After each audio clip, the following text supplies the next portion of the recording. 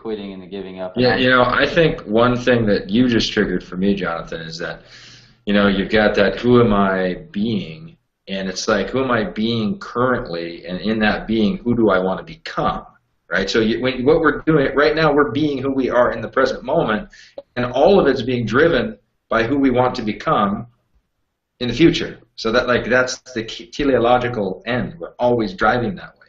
So I think a defining question for me in the internet lifestyle is, who do I want to what is my lifestyle, and who do I want to be fitting in with? And this is like a kid in the sandbox question on the playground. Who do I want to be friends with?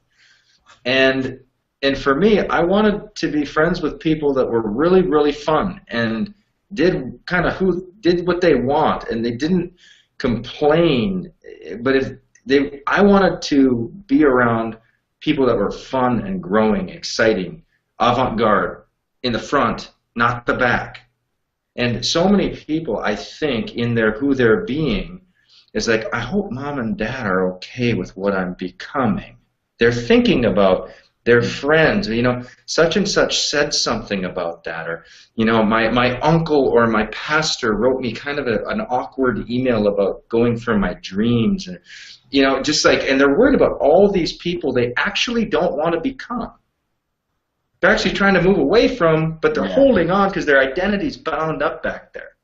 Now, the best news is you can still grow forward all you want, and you'll be a better asset to your friends. So it's not like you ditch them. You maybe love them from a little more distance. There's just a little more distance, but the love actually intensifies. But now you can bring game into their life that can actually change their life. It's not going to change anything. They're going to be exactly who they are because that's who they are. But anyway, so this is just. All this stuff is just better asset, man. That's a tough one too. That is so hard to really take in because there's a self-sabotaging part of all of us. There's almost this drive. It's inherent in every human being. There's some drive to self-sabotage in some way. We've got some limitation of how big we think we can go.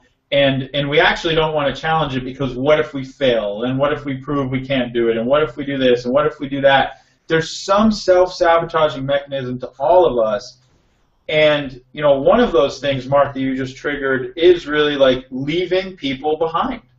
It's who are you going to leave behind if you really step into your own greatness? If you really step into this next level of your life, who are you going to leave behind?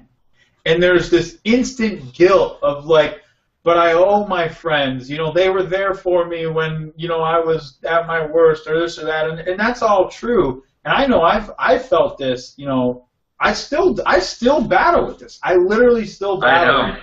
Should I battle more than I do with what better friend should I have been calling? Should I do this? Should I do that?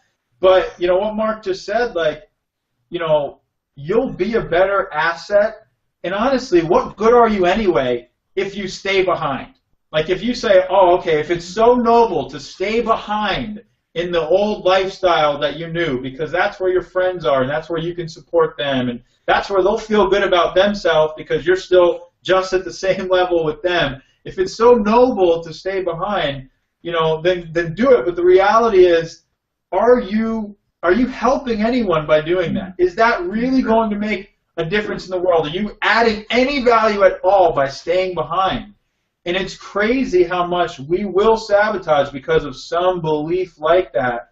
I still battle with it. That's where the skill, I think, comes into, we have to fiercely watch ourselves and fiercely sort of discover these ways that we hold ourselves back. Because no matter what level of the game you're stepping into, there's only new ways that you hold yourself back.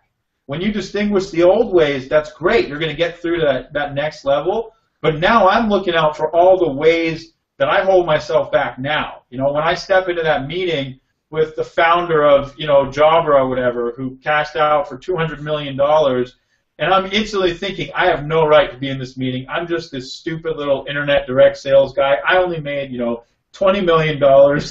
I suck, right? I can't be in this meeting. Those are the new ways that I have to distinguish that I hold myself back, and it takes more technology than ever internally to fight through that.